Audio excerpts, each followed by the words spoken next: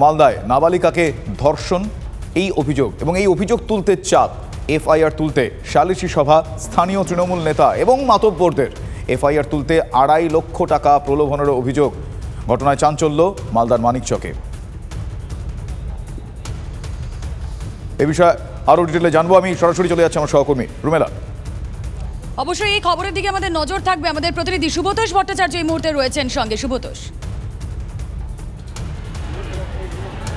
হ্যাঁ দেখুন রুমেলা, মালদার মানিকচকে একটি গ্রামে সেখানে 8ম শ্রেণীর ছাত্রী এবং সেই ছাত্রীটি তার বাড়ি গত বুধবারে তার বাড়ির সামনে থেকে তাকে তুলে নিয়ে যাওয়া হয় এবং তাকে ধর্ষণ করা হয়।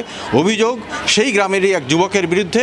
কিন্তু তারপরে সন্ধেবেলা তাকে রক্তাক্ত অচৈতন্য অবস্থায় উদ্ধার করা হয়। উদ্ধার করে তাকে প্রথমে সেই গ্রামীণ হাসপাতাল, পরে এখন তাকে আরও তার অবস্থা অবনতি হলে এখন সে মালদা মেডিকেল কলেজ হাসপাতালে ভর্তি রয়েছে। সবচেয়ে বড় বিষয় এই নিয়ে তার মা মানিকচক থানাতে অভিযোগ দায়ের করেন। অভিযোগ দায়ের করার পরেই এলাকায় রীতিমতো শোরগোল পড়ে যায় এবং অভিযোগ যেটা স্থানীয় তৃণমূলের নেতারা, প্রভাবশালী নেতারা, তার মধ্যে কিছু পঞ্চায়েত সদস্যও আছে বলে জানা গেছে, তারা মিলে তাদেরকে রীতিমতো ধমক দিয়ে তাদেরকে তুলে এনে গ্রামের মধ্যেই সালিশি সভা বসানো হয়, বিচার করা হয়। উল্টে সেই পরিবারকেই চাপ দেওয়া হয় এবং সেই সালিশি সভায় নিদান দেওয়া হয় যে সেই অভিযোগপত্র তুলে নিতে হবে, থানা থেকে অভিযোগপত্র তুলে নিতে হবে এবং প্রয়োজন পড়লে তারা তাদেরকে 2.5 লক্ষ টাকা দেবেন। এরপরে আরও আতঙ্কে থাকেন, সে ট্রমার মধ্যে চলে যায় সেই মেয়েটি এবং মেয়েটির অবস্থা এখন আশঙ্কাজনক। এই অবস্থায় কিন্তু রাজ্যের শিশু সুরক্ষা কমিশন তদন্তে এসেছে এবং আজকে তারা তদন্ত করে। সেই মহিলার শিশুটির সঙ্গে তারা দেখা করে, নাবালিকার সঙ্গে তারা দেখা করে, তার পরিবারের সাথে কথা বলেন এবং তারা কিন্তু এই বিষয়ে সাফ জানিয়ে দিয়েছেন যা যা আইনানুগ ব্যবস্থা নেওয়া হবে সেটাই করা হবে। এই মুহূর্তে রুমেলা এখানকার তৃণমূলের যিনি মুখপাত্র আশিস কুণ্ডু তিনি রয়েছেন।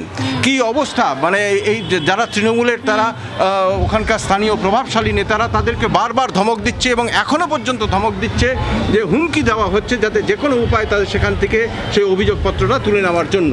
দেখুন, আসামিদের কোনো রং হয় না এখানে। আসামিদেরকে কেউ যদি রং লাগিয়ে দেওয়ার চেষ্টা করে আমরা তাতে দুঃখিত। আপনার বাংলার মুখ্যমন্ত্রী মমতা বন্দ্যোপাধ্যায় বাংলার মানুষের অতন্ত্র প্রহরী। তিনি একটা জিনিসই পছন্দ করেন, কোনো রকম করাপশনের ব্যাপারে জিরো টলারেন্স এবং কোনো রকম অপরাধমূলক যে কোনো ইয়ের ব্যাপারে জিরো টলারেন্স। কে কাকে বেশ, তার মানে এই মুহূর্তে যেটুকু যা বোঝা যাচ্ছে, যেটুকু যা জানা যাচ্ছে যে আইনানুগ পদ্ধতিতে যা যা ব্যবস্থা গ্রহণ করা দরকার তারা তাই করবেন, এমনটাই এই সিদ্ধান্ত। এখনো পর্যন্ত এই তাদের মনোভাব। দিল্লি দিয়েছে হোমওয়ার্ক, বুথ হবে শক্তিমান। 10-এ মিলে বঙ্গ বিজেপি কি পাশ করতে পারবে? বিজেপির অন্দরের সব আপডেট দেব আমি অঞ্জন। TV9 বাংলা না দেখলেই নয়।